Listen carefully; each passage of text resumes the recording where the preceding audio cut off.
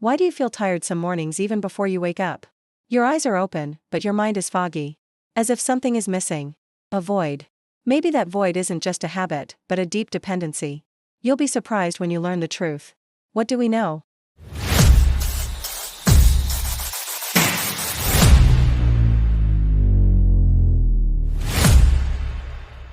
Coffee keeps you awake, yes?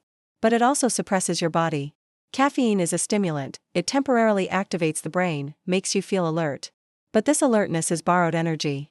Because the body reacts to this artificial stimulant by raising stress hormones, especially cortisol.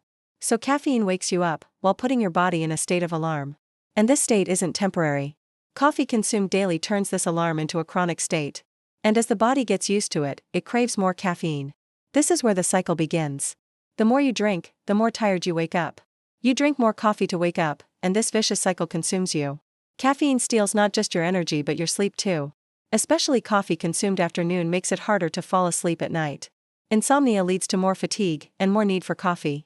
Your body never fully rests. Caffeine even affects your heart rhythm. Studies show that high caffeine intake can cause palpitations and anxiety. Because caffeine doesn't only affect the central nervous system, but also all the organs it controls. That's why some people experience rapid heartbeat, shaky hands, or sudden excitement. Caffeine secretly presses the body's fight or flight button. And this response is not always under control. So why can't we give it up? Because it's not just a physical habit. It's also a ritual. A day that starts with coffee gives the mind a sense of, I've started. It's behavioral conditioning.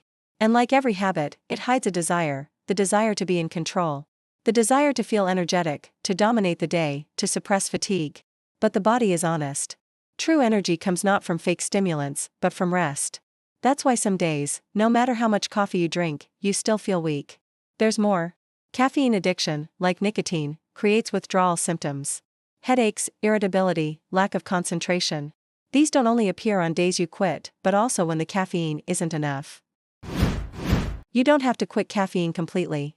But you must be aware. You need to distinguish whether your body truly needs energy or just a ritual. Try drinking a glass of water instead of reaching for coffee first thing in the morning. Get some sunlight, move around. Call on energy naturally. Should we never drink coffee then? Of course not. When consumed in the right amount, coffee has benefits. Its antioxidants protect the body from free radicals. Caffeine can enhance focus and temporarily boost cognitive performance. Some research even suggests regular coffee intake may reduce the risk of neurological diseases like Parkinson's and Alzheimer's. A cup of coffee before exercise can also enhance performance. So coffee isn't entirely bad, but when overconsumed, it becomes a suppressive stimulant. The keyword, balance. The safe daily caffeine limit is usually considered to be 400 milligrams. That's about 3 to 4 cups of filter coffee. But this doesn't mean you should drink that much every day. Sure, one day won't be a problem.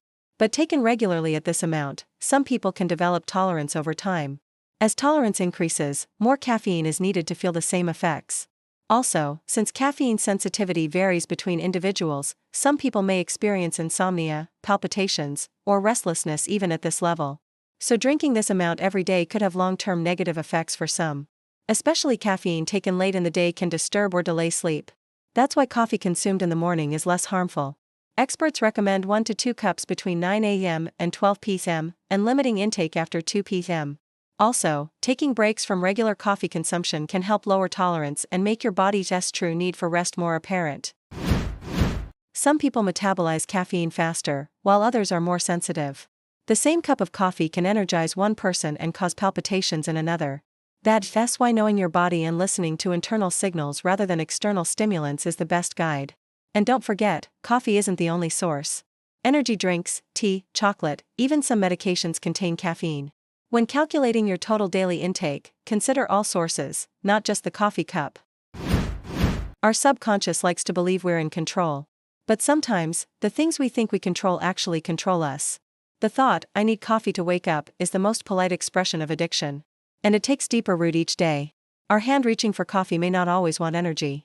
Sometimes it seeks comfort, sometimes escape, or simply the familiarity of a routine. But true freedom is being able to choose. Choosing to breathe instead of reaching for coffee when tired. Because sometimes slowing down moves you further than speeding up.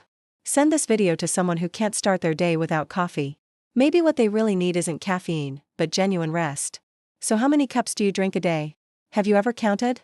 Write it in the comments. In the next video, we'll answer the question, does drinking water help you lose weight? Knowledge is power. Subscribe, follow, and keep the power in your hands. What do we know?